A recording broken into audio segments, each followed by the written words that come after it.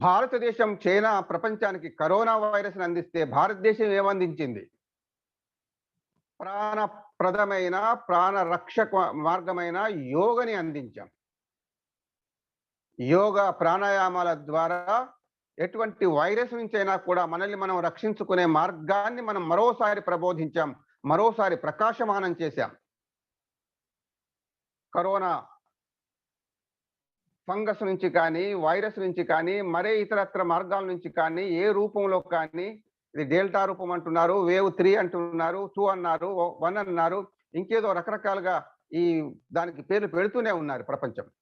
కానీ భారతదేశం అది ఏదైనా కానియండి, మనల్ని మన స్వీయ రక్షణతో పాటు సమాజ రక్షణ, దానికోసం యోగ మార్గాన్ని లక్షలాది సంవత్సరాల క్రితమే ఈ భారతదేశం ప్రపంచానికి అందించింది.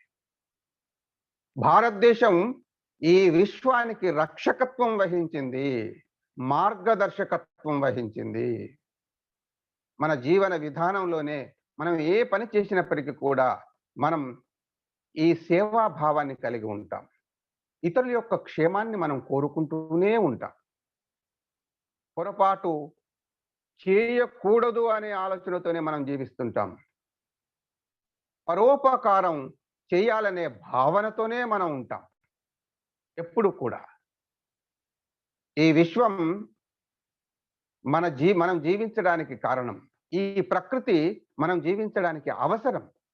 ఎంత మూర్ఖత్వం ఉంది నేటి విద్యా విధానం వల్ల, ఆధునికత్వం వల్ల, పాశ్చాత్యీకరణ వల్ల, సుఖమయ మార్గాన్ని, విలాసాలను కోరుకోవడం వల్ల దీనిలో ఎంత వినాశకత్వం ఉంది, ఎంత దారిద్ర్యత ఉంది. స్వార్థం అంటే దరిద్రమే, ఇంకేం లేదు. నీ కోసం నువ్వే ఆలోచిస్తున్నావంటే నువ్వు మనిషివా, పశువువా? మనిషివా, జంతువువా? మనిషివా, రాక్షసునివా? ఆలోచించండి. మిగతా జంతు జాలాలు ఇవేమి ఇతరుల కోసం ఆలోచించకపోవచ్చు, ఎందుకంటే వాటికి మెదడు లేదు, జ్ఞానం లేదు. కానీ మనిషిగా మనకు ఇవి ఉన్నాయి కదా, మనం ఎందుకు ఆలోచించకూడదు? మనం కూడా జంతుజాలంలాగా, పక్షిజాలంలాగా, రాక్షసుల్లాగా, దానవుల్లాగా మనము జీవిస్తే మనకు వాళ్ళకి తేడా ఏముంది? అందుకే భారతీయ జీవన విధానాన్ని అర్థం చేసుకోవాలి.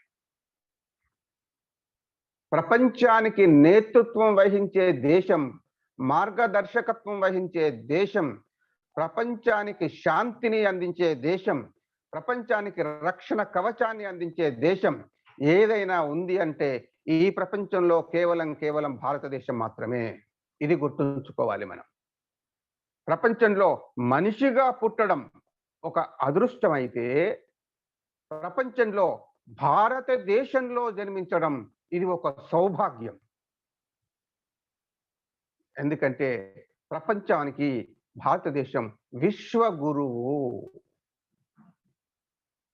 విశ్వ గురుత్వ స్థానాన్ని ఏ దేశానికైనా ఆపాదించాలంటే ప్రపంచంలో దానికి అర్హమైన దేశం కేవలం భారతదేశం మాత్రమే. శాశ్వత జ్ఞానాన్ని అందించింది. లక్షల కోట్ల సంవత్సరాల తరువాత కూడా ఈ సృష్టికి అవసరమైన జ్ఞానాన్ని అందించింది భారతదేశం. ఈ భారతదేశంలో మీరు ఎవరిని తీసుకున్నప్పటికీ కూడా, ఏ మహానుభావుని మనం ఉదాహరణగా తీసుకున్నప్పటికి కూడా, ఏ మహర్షిని మనం ఉదాహరణగా తీసుకున్నప్పటికి కూడా, ఏ సాధు సంతుని మనం ఉదాహరణగా తీసుకున్నా కూడా వారి జీవనం చూడండి. జీవనం పరిమళ భరం అవుతుంది, పరిమళత్వంతోనే నిండి ఉంటుంది, సుగంధంతో నిండి ఉంటుంది. ఈ పరిమళత్వం, ఈ సుగంధత్వం మన జీవితంలో ఎలా వస్తుంది? పరోపకారం ద్వారా వస్తుంది, సేవాభావం ద్వారా వస్తుంది. అవి రెండు మన హిందూ ధర్మంలో, మన వేద శాస్త్ర పురాణ ఇతిహాసాలలో సంపూర్ణంగా ఉంది. వాటిని చదవడం, అర్థం చేసుకోవడం, అవి చెప్పిన విధంగా మనం జీవనాన్ని మార్చుకోవడం, ఆచరించడం కావాలి. అప్పుడు మన యొక్క జీవనం అద్భుతంగా తయారవుతుంది, అర్థవంతంగా తయారవుతుంది, జ్ఞానవంతంగా తయారవుతుంది, మన జీవితం సార్థకమవుతుంది. మనం ఇంట్లో పూజ చేసుకుంటాం, ఓ కొబ్బరికాయ కొట్టుకుంటాం. కొట్టిన తర్వాత ఏం చేస్తామండి? దాన్ని ముక్కలుగా చేసి, దాన్ని ప్రసాదంగా మార్చి, ప్రసాదం అంటేనే 10 మందితో పంచుకోవడం అనే అర్థం మనకు తెలియాలి. 10 మందికి ఇంటి చుట్టూ వాళ్ళకి కార్యక్రమానికి వచ్చిన వాళ్ళని మనం వాళ్ళకి ఆ ప్రసాదాన్ని పెడతాం. మనకున్న సంపదను మన కోసం ఉంచుకోవడం, మన కోసం పెంచుకోవడం కాదు మానవత్వం అంటే. మనకున్న దాన్ని 10 మందితో పంచుకోవడం. ఇది మానవత్వం అంటే. ఇది జ్ఞానం అంటే. ఇది జీవనం అంటే. ఈ అద్భుతమైన జీవన సౌరభాన్ని పొందాలి అనుకుంటే భారతీయత్వం అర్థం చేసుకోవాలి. మన మార్గంలో నడవగలగాలి. ఈ జ్ఞానాన్ని అందించిన వాళ్ళే గురువులు. జ్ఞానాన్ని అందించిన వాడే మన జీవితాన్ని ప్రకాశమానం చేసేవాడే, మన జీవితాన్ని అర్థవంతంగా మార్చేవాడే గురువు.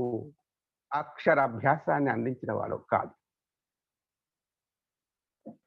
ఆ అక్షర అంతరార్థాన్ని మన జీవిత పరమార్థంగా మార్చుకోవడానికి కావలసిన స్ఫూర్తిని, ప్రేరణను, జ్ఞానాన్ని అందించిన వాడే గురువు. మన సర్వస్వాన్ని ప్రపంచం కోసం అర్పించే తత్వాన్ని మనలో నింపిన వాడే గురువు. ప్రపంచం కోసం మనం పరిశ్రమించాలి, మన కోసం మాత్రమే కాదు అనే తత్వాన్ని బోధించిన వాడే గురువు. గురు పూజోత్సవం పేరుతో సెప్టెంబర్ 5న జరుపుకుంటారు. గురు పౌర్ణమి పేరుతో ఈరోజు జరుపుకుంటారు. చాలా తేడా. పౌర్ణమి ప్రకాశమానమైనది. పౌర్ణమి ఆ పరిపూర్ణ ఆరోగ్యత్వాన్ని అందించే దినం. గురువులు అలాగే ఉంటారు. ఈ ప్రకృతి సర్వం మనకు అందిస్తుంది. ఈ భూమాత సర్వం మనకు అందిస్తుంది. పరమేశ్వరుడు సర్వం మన కోసమే సృష్టించి పెట్టాడు. పరమేశ్వరుడు ఏమీ దీని నుంచి స్వీకరించడం లేదు. ప్రకృతి ఏమీ దీని నుంచి స్వీకరించడం లేదు. సూర్యుడు నిత్యం ప్రకాశం అందించిన సూర్యుడు ఏమీ మన నుంచి ఆశించడం లేదు. ప్రకృతి నిత్యం మనం జీవించడానికి కావలసిన పదార్థాలతో పాటు ఆక్సిజన్ లాంటి అనేక అమూల్యమైన అవసరాలను తీరుస్తున్నప్పటికీ కూడా మన నుంచి ఏమీ ఆశించడం లేదు. మన నదులు, సముద్రాలు మనకు అన్నింటినీ అందించినప్పటికీ అవి ఏమీ ఆశించడం లేదు. మన చెట్లు అన్ని మన కోసం పుష్పించడం, ఫలించడం చేసినప్పటికీ కూడా అవి ఏమీ వాటిని స్వీకరించడం లేదు. ప్రత్యుపకారాన్ని ఆశించడం లేదు. పరోపకారాన్ని మాత్రమే చేస్తున్నాయి. ఇది జ్ఞానం అంటే. ఇది జీవనం అంటే. పంచభూతాలు పరమేశ్వరత్వంతో పాటు ఈ సమస్త ప్రాణికోటిని రక్షిస్తుంది, జీవించనిస్తుంది, ఆరోగ్యవంతంగా ఉంటుంది, అర్థవంతంగా మన జీవనాన్ని చేసుకోవడానికి, మార్చుకోవడానికి కావలసిన సకల అవసరాలను, సకల వస్తు సంపదని మనకు అందించేది జీవనం. చిన్నప్పటి నుంచి మన ఇంటి చుట్టూ కూడా పత్రహరితం లేని, సౌగంధభరితమైన, పుష్పాలతో కూడిన, ఫలాలతో కూడిన, ఔషధాలతో కూడిన, ఆరోగ్యంతో కూడిన మొక్కలని పెంచుకోవడం మన సంప్రదాయం. అది అజ్ఞానం కాదు. డీమార్ట్ లాంటి సంస్థకి ఒక షాపులోకి వెళ్ళి కొనుక్కొని వచ్చి తినడం కాదండి ఆరోగ్యం. అది ఇప్పుడు కల్చర్ బాగా డెవలప్ అయింది ఆ విధంగా. నీ ఇంటిలో నీ చేత నువ్వు పెట్టుకున్న మొక్క వల్ల వచ్చే ఒక ఫలాన్నో, ఒక పుష్పాన్నో, ఒక కూరగాయనో, ఒక ఆకుకూరనో నువ్వు తింటే నీకు ఎంత ఆరోగ్యం వస్తుంది, బయటి నుంచి తెచ్చుకొని తింటే ఎంత అనారోగ్యం వస్తుంది. దీన్ని మనం అర్థం చేసుకోవాలి. రసాయనాల పేరుతో అభివృద్ధి అంటే రసాయనాల వృద్ధి కాదండి. ఈ రసాయనాలతో సర్వత్రా మీరు ఇది జ్ఞానమా అజ్ఞానమా మీరు ఆలోచించండి. మనం తినే ఏ పదార్థంలోనైనా రసాయనాలు కలుపని పదార్థం ఉందా? ఈ రసాయన వృద్ధి ఆరోగ్య వృద్ధిని చేస్తుందా? ఇదేమి సైన్స్ అండి. అడుగడుగున తాగే నీటిలో, పాలల్లో, తినే పదార్థాలలో, వేసుకునే వస్త్రాలలో, వాడే ఎలక్ట్రానిక్ ఐటమ్స్ ద్వారా మీరు ఏ వస్తువునైనా తీసుకోండి, దానివల్ల లాభమే మాత్రమే చూశారు. కానీ దానివల్ల కలిగే నష్టాన్ని ఎప్పుడూ చూడలేకపోయారు ఇంత మట్టుకు పాశ్చాత్యులు. ఇది చాలా నష్టాన్ని కలిగిస్తుంది. భారతీయ జీవన విధానం చూసుకోండి. యూజ్ అండ్ త్రో కల్చర్ ఇది పాశ్చాత్య విధానం. Use and ever use culture ఇది భారతదేశాన్ని. And use as per the need, not beyond that. Because the nature is not only for you, it's for everyone. It's for everybody. ఇది మనతత్వం, ఇది జ్ఞానం అంటే. ఈ అద్భుతమైన రోజు మనం ఇటువంటి ప్రేరణాత్మకమైన అంశాలని గుర్తు చేసుకోవాలి, గమనించాలి. యోగా ఏమందిస్తుంది? యోగా ప్రపంచంతో సమ్మిళితం కమ్మని కోరుతుంది. ప్రపంచంలో పరమేశ్వరత్వంలో, ప్రకృతి తత్వంలో కలిసిపోమ్మని చెబుతుంది. నేను ఆరోగ్యంగా ఉన్నాను, నేను జ్ఞానవంతునిగా ఉన్నాను, నేను ఓజోవంతునిగా ఉన్నాను, నేను మేధోవంతునిగా ఉన్నాను అంటే సరిపోదు. సమాజాన్ని కూడా మనలాగా చెయ్యాలి. సంపూర్ణ సమాజాన్ని మనలాగా మార్చుకోవాలి. ఆరోగ్యం పొందడం మాత్రమే కాదు, ఆరోగ్యం ఇతరులకు అందించడం కూడా కావాలి. ఇతరులకి అందించడం, ఇతరులకి బోధించడం, ఇతరులను అభివృద్ధి చేయడం, ఇతరులను ఆరోగ్యవంతంగా ఉంచడం, ఇతరులకు సేవ చేయడం, ఇది జ్ఞానం అంటే. భారతదేశం కరోనా సమయంలో యోగాను అందించడంతో మాత్రమే కాకుండా ఆధునిక తత్వంలో మనకి వ్యాక్సిన్ కూడా అందించింది. ప్రపంచంలో ఏ దేశం కూడా వ్యాక్సిన్ ముందుగా అందించలేదు, భారతదేశం మాత్రమే అందించింది. భారతదేశం ప్రపంచాన్ని రక్షించింది. ఇది కావాలి మనకు.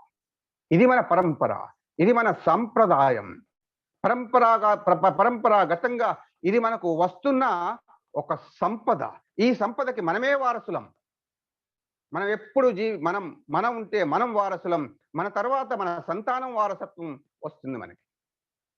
వారసత్వం అనేది కేవలం భౌతిక సంపద కోసం మాత్రమే కాదు, ఈ జ్ఞాన సంపదకు కూడా మనం వారసులం. సో దాన్ని మనం ఈ సందర్భంగా ఇటువంటి అద్భుతమైన అజరామరమైన మార్గంలో మనం నడిచినప్పుడు మాత్రమే మనకేమొస్తుంది? అమరత్వం వస్తుంది. అమరత్వం లేకపోతే ఏమొస్తుంది? మృత్యువు వస్తుంది. ప్రపంచంలో ఇతర దేశాల వాళ్ళందరికీ వచ్చేది మృత్యువు మాత్రమే. భారతీయులు మాత్రమే అమరులు అవుతారు. ఎప్పటికీ ప్రపంచం భారతదేశం వైపే చూస్తుంది. ఎందుకంటే ఈ అమరత్వాన్ని ఆపాదించుకున్న ఒక పరంపర, ఒక మహర్షి పరంపర, ఒక జ్ఞాన పరంపర మన దేశంలో నిరంతరంగా ఉంటుంది. ఎందుకంటే ఇది పవిత్ర భూమి, ధర్మభూమి, వేదభూమి కాబట్టి. ఈ రోజు కూడా ఇంతగా దిగజారిన పరిస్థితులలో ప్రపంచం గురించి, ప్రపంచ కళ్యాణం గురించి, శ్రేయస్సు గురించి, శాంతి స్థాపన గురించి, జ్ఞాన మార్గంలో ప్రపంచాన్ని నడవడానికి కావలసిన జ్ఞానాన్ని అందించడం గురించి ఈ రోజు కూడా మన సమకాలీన ప్రపంచంలో కూడా పరమ పూజ్య స్వామి రామ్దేవ్ బాబా ఉన్నారు. ఏ దేశంలోని వ్యక్తి ప్రపంచం అంతా బాగుండాలి, ఆరోగ్యవంతంగా ఉండాలని ప్రయత్నం చేస్తున్నారు? ఒక్కడి పేరు చెప్పండి. పరమ పూజ్య స్వామి తెల్లవారు లేస్తే అనేక ఛానళ్లలో వందల కోట్ల మందికి ఆరోగ్యాన్ని ప్రసాదిస్తున్నారు యోగా, ప్రాణాయామ, ధ్యాన మార్గాల ద్వారా. ఆన్లైన్లో, ఛానళ్ల ద్వారా, ఎలక్ట్రానిక్ మీడియా ద్వారా. మీరు డైరెక్ట్గా మనం ఒక క్లాస్ తీసుకుంటే వాళ్ళు ఏమైనా ఇస్తారేమో అని అనుకోవచ్చు. కానీ ఇక్కడ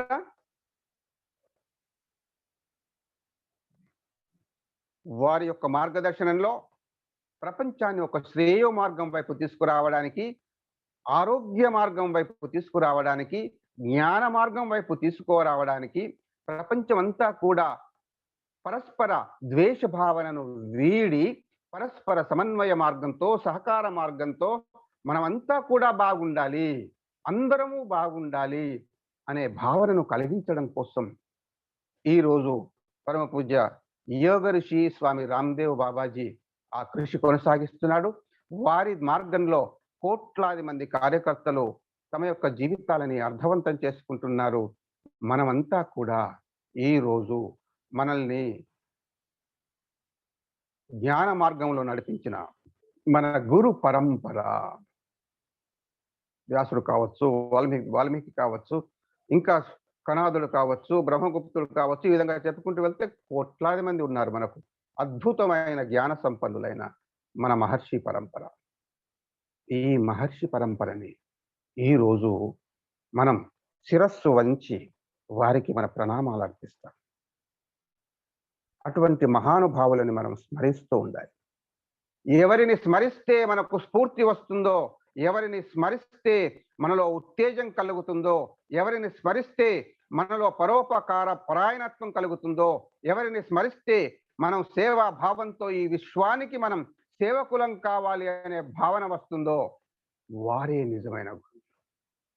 అటువంటి గురువులు భారతదేశంలో మాత్రమే ఉన్నారు, భారతదేశంలో మాత్రమే కనిపిస్తారు అని గర్వంగా చెప్పుకునే అర్హత మనకుంది. ఆ పరంపరకు వారసులుగా చెప్పుకునే అర్హత కూడా మనకుంది. అయితే ఇది మనకు మాత్రమే పరిమితం చేసుకోవట్లేదు, విశ్వానికి అందిస్తున్నాం. గురుత్వాన్ని, విశ్వ గురుత్వాన్ని భారత మాత అందుకున్నది. గురువు అంటే కేవలం వీరు మాత్రమే కాదండి, వీరితో పాటుగా మనకు జన్మనిచ్చిన తల్లిదండ్రులు కూడా. ఈ విషయాన్ని మనం గమనించాలి. తొలి గురువు తల్లి. మన తల్లిదండ్రులు కూడా మనకు పరమేశ్వరునితో సమానం, భగవంతునితో సమానం. భగవత్ స్వరూపమే మాతృస్వరూపం. జన్మనిచ్చిన తల్లిదండ్రులని గౌరవించడం, పూజించడం కూడా నేర్చుకోవాలి. మన శాస్త్రాలు చెప్తారు, తల్లిదండ్రులను పూజిస్తే సకల దేవతలను పూజించినట్టే అని. ఈ రోజు పరిస్థితి ప్రపంచంలో చూడండి, తల్లిదండ్రుల పరిస్థితి ఏ విధంగా ఉంది. దీనత్వం, హీనత్వంలో ఉంటున్నారు. ఈ దీనత్వంలో, హీనత్వంలో ఉన్న తల్లిదండ్రులని చూస్తే ఇది మనకు అవమానం, ఇది మనకు సిగ్గుచేటు. ఈ జ్ఞానం కూడా మనకు అర్థం కావాలి. తల్లిదండ్రులను సేవించండి, తల్లిదండ్రులను పూజించండి, పరోపకార బుద్ధితో జీవించండి. మనం ఆరోగ్యవంతులుగా, ఐశ్వర్యవంతులుగా, సౌభాగ్యవంతులుగా, జ్ఞానవంతులుగా, మేధోవంతులుగా, తేజోవంతులుగా, ఓజోవంతులుగా మనం ఉండాల్సిందే, మనం కావాల్సిందే. దానికోసం సాధన చేయాల్సిందే. కానీ ఎందుకోసం? కేవలం మన కోసం మాత్రమే కాదు, సకల జీవరాశి కోసం, సంపూర్ణ ప్రకృతి ప్రపంచం కోసం. ఎందుకంటే దీన్నే మనం సేవించాలి, దీన్నే మనం ఆరాధించాలి, దీన్నే మనం పూజించాలి, దీన్నే మనం సంరక్షించాలి, దానికోసమే మనం జీవించాలి. ఇవన్నీ బాగుంటేనే మనం బాగుంటాం. ఇదే మన యొక్క జీవన పరమార్థం. ఆ దిశగా మనం ఆలోచించాలి. ఈ జీవన విధానాన్ని మనం ఆపాదించుకోవాలి. అప్పుడు మాత్రమే మనం మానవ జన్మని సార్థకం చేసుకున్న వాళ్ళం అవుతాం. అది తెలియచేయడం కోసమే, అది తెలుసుకోవడం కోసమే, దాన్ని మన పునః స్మరించుకోవడం కోసమే, మనం పక్కదారి పట్టకుండా, పతనం కాకుండా మనం ఈ సరి అయిన దిశలో ముందుకు వెళ్ళాలంటే ఈ జ్ఞాన పరంపరను మనం జ్ఞాపకం చేసుకోవాలి. అందుకోసమే మనం గురు పూజోత్సవాన్ని జరుపుకుంటాం. ఈ గురు పూజోత్సవ సమయంలో పరంపరాగతంగా భారతదేశానికి అద్భుతమైన అమరత్వాన్ని, అజరామరత్వాన్ని అందించడానికి కృషి చేసిన సంపూర్ణ ఋషి పరంపర, సాధు సన్యాసి పరంపరకి నేను మరోసారి నా నమోవాక్కాలు తెలుపుకుంటున్నాను. ఈ కార్యక్రమంలో ఉపస్థితులైన మీ అందరికి కూడా నేను శుభాకాంక్షలు తెలియజేస్తూ ముగిస్తున్నాను. ఓం.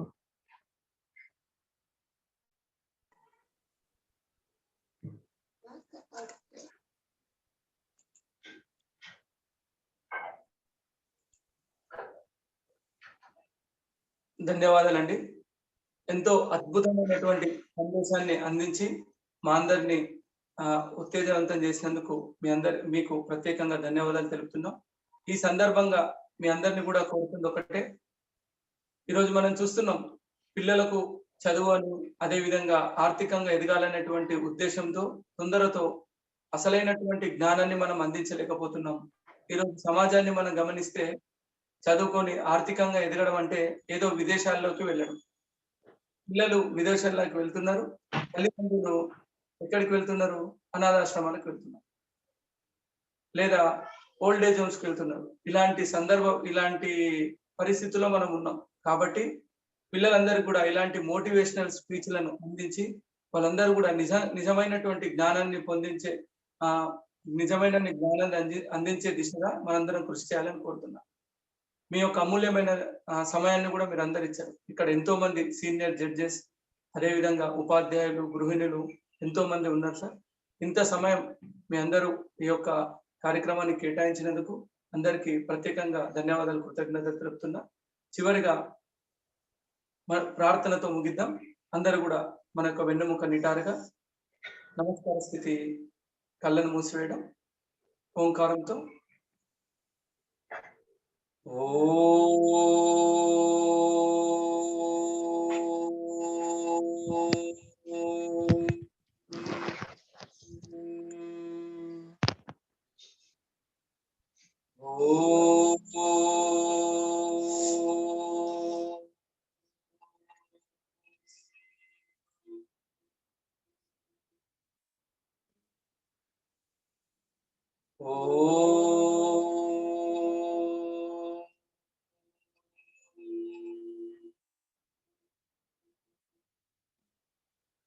ధ్యానమూలం గురుర్మూర్తి, పూజామూలం గురుపదం, మంత్రమూలం గురువాక్యం, మోక్షమూలం గురుకృపా, మోక్షమూలం గురుకృపా.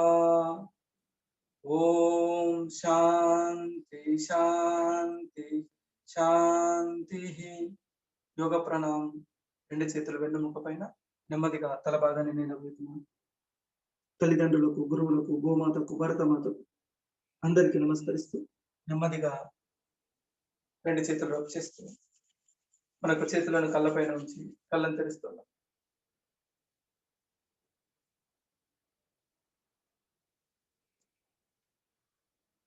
థ్యాంక్ యూ అండి. మళ్ళీ రేపు కలుద్దాం. Thank you.